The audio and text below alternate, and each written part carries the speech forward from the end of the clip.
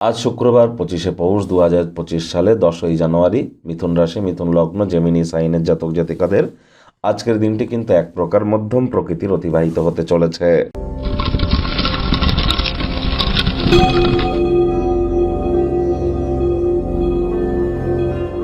ভিডিওটির শুরুতেই আপনারা দেখতে পাচ্ছেন ভগবান হরিবিষ্ণুর একটি মন্ত্র, ওম নমো ভগবতে বাসুদেবায় নমঃ। এটি আপনারা 108 বার জপ করুন সকাল, দুপুর, সন্ধ্যা 3 বেলায়। রাজযোগ চ্যানেলের তরফ থেকে আপনাদের সকলকে পুত্রদা একাদশীর হার্দিক শুভেচ্ছা ও অভিনন্দন রইল। পুত্র প্রাপ্তি, সন্তান প্রাপ্তি করবার জন্য, জীবনে শোক, তাপ, দুঃখ, কষ্ট থেকে মুক্তি পাওয়ার জন্য একাদশীর এই মহান ব্রত আপনারা পালন করুন।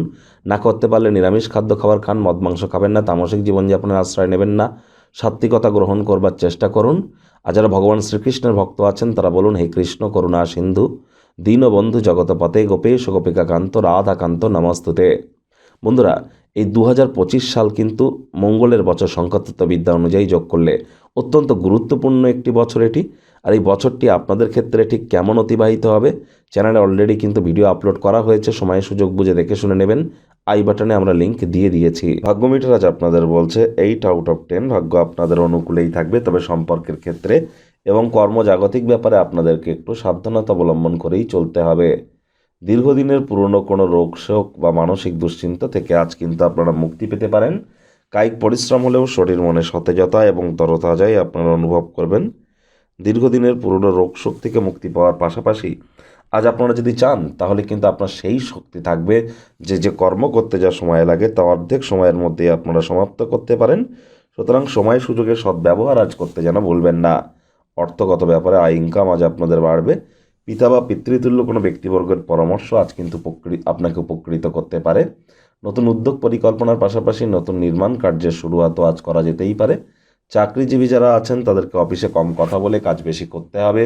মনের থেকে মস্তিষ্ককে বেশি দাম দিতে হবে। কোনো প্রকার অফিস পলিটিক্স বা গসিপিংয়ের অংশ যেন হবেন না, তা নাহলে বসের কিন্তু নজরে পড়ে যেতে পারেন।